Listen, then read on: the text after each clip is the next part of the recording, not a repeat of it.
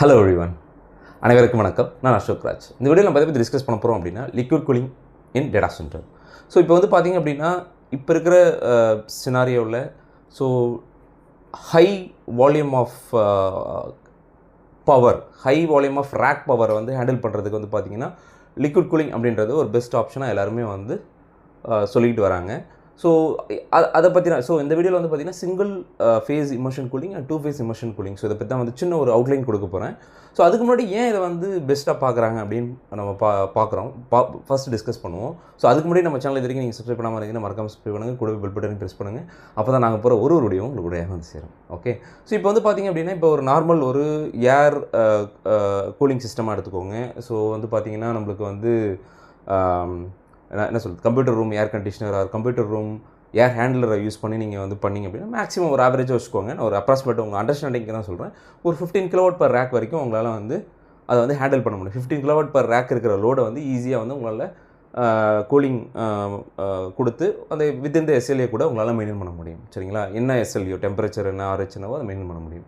இதுவே ரொம்ப அதிகமாக போகுது, ஸோ 15லேருந்து ஒரு 25 kW போகுது அப்படின்னா அந்த இடத்துல நம்ம இன்ட்ரோ கூலிங் சிஸ்டம் நம்ம யூஸ் பண்ணுவோம். இன்ட்ரோ கூலிங் சிஸ்டம் மூலமா ஒரு 25 kW per rack வரைக்கும் நம்மளால் பண்ண முடியும். இல்லை இன்னும் அதிகமாக போகுது, ஒரு 55 kW per 55 kW per rack போகுது அப்படின்னா, ஐ மீன் ரேக்கோட அந்த பவர் வந்து அதிகமாகுது அப்படின்னா, ஸோ அப்போ என்ன நம்ம தோணும், நம்ம ஏதாவது லிக்விட் கூலிங் சிஸ்டத்தில் ஏதாவது ஒரு ஆப்ஷனை கொண்டு வரலாம் அப்படின்ட்டு. ஸோ அப்போ வந்து ரியர் டோர் ஹீட் எக்ஸ்சேஞ்சர் சிஸ்டத்தை கொண்டு வருவாங்க. இல்லை இன்னும் அதிகமாகுது, ஒரு 75 kW per rack போகுது, ஒரு ஒரு ரேக் வந்து 75 kW மேலே இருக்குது, 75 kW நியர் வருது. ஸோ அதை கூல் பண்ணுறதுக்கு ரேடியோ ஹீட் எக்ஸ்சேஞ்சர் பத்தாது. ஸோ அடுத்தது என்ன அப்படின்னா லிக்விட் டு சிப் கூலிங். ஓகேவா, liquid to chip cooling system வந்து கான்செப்ட் வரும். அதுவும் வந்து லிக்விட் கூலிங் சிஸ்டத்தோட ஒன் ஆஃப் த ஆப்ஷன் தான் அது. ஓகே, ஸோ இன்னும் அதிகமாகுது. ஓகே, 75லேருந்து ஒரு 185 போகுது, இல்லை 184 kW per rack போகுது. ஸோ அப்படின்ற சினாரியோவில் அப்போ உங்களுக்கு சிங்கிள் ஃபேஸ் இமர்ஷன் கூலிங் உள்ளே வந்துடுது. ஸோ இன்னும் அதிகமாகுது, ஒரு 25 kW per rack போகுது. ஸோ அந்த மாதிரி 25 kW per rack வந்து கூல் பண்ணுறதுக்கு உங்களுக்கு என்ன தேவைப்படும் அப்படின்னா 2 ஃபேஸ் இமர்ஷன் கூலிங் சிஸ்டம் தேவைப்படும்.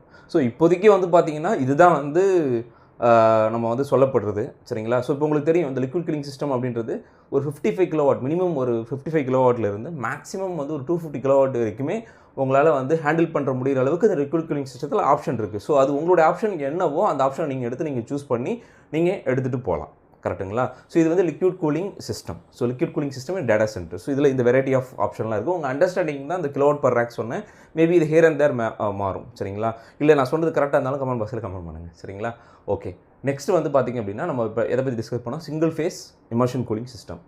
இந்த சிங்கிள் ஃபேஸ், ஏன் இது சிங்கிள் ஃபேஸ் அப்படின்னா சிம்பிள்.